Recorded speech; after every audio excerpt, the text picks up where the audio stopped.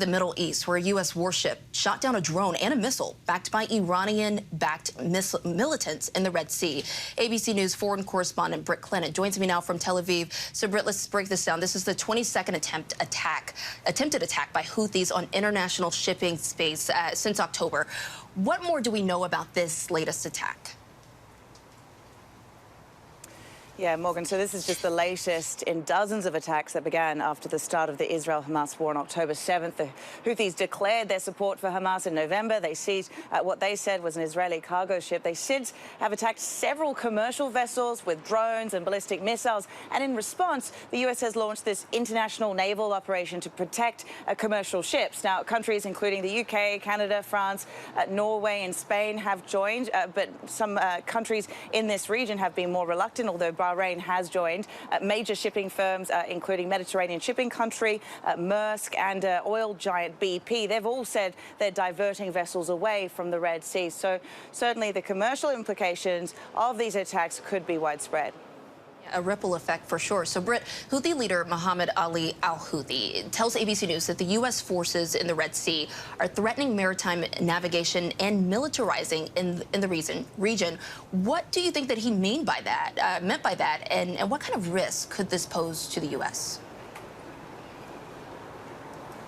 Yeah, look, if there is a wider conflict, it will impact U.S. interest in the region. Obviously, it will impact security. And now these Houthi rebels, they're operating in Yemen. They claim the strikes in this Red Sea area, this is a vital shipping passage, are in protest of Israel's war against Hamas and actions and campaign in Gaza. Now, Houthi leader Mohammed Ali al-Houthi, he told ABC News that the group will escalate strikes on any ship linked to Israel, whether they're destined for Israel or whether they have some kind of affiliation to Israel.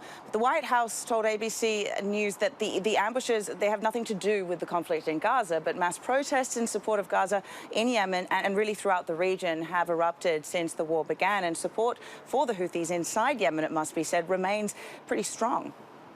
And Britt, before we let you go, Egypt, we know, has put forward a new hostage and ceasefire proposal for Israel and Hamas. Where do these negotiations stand right now?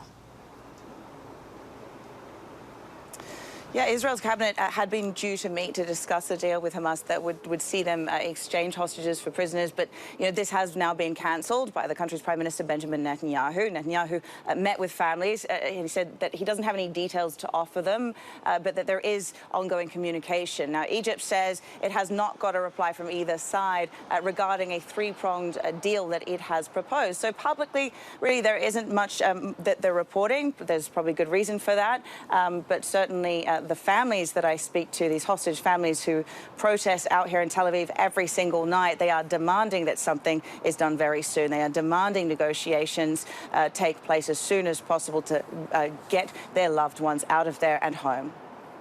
Holding on to hope there. Britt Clennett in Tel Aviv. Britt, thank you. Hi, everyone. George Stephanopoulos here. Thanks for checking out the ABC News YouTube channel. If you'd like to get more videos, show highlights, and watch live event coverage, click on the right over here to subscribe to our channel. And don't forget to download the ABC News app for breaking news alerts. Thanks for watching.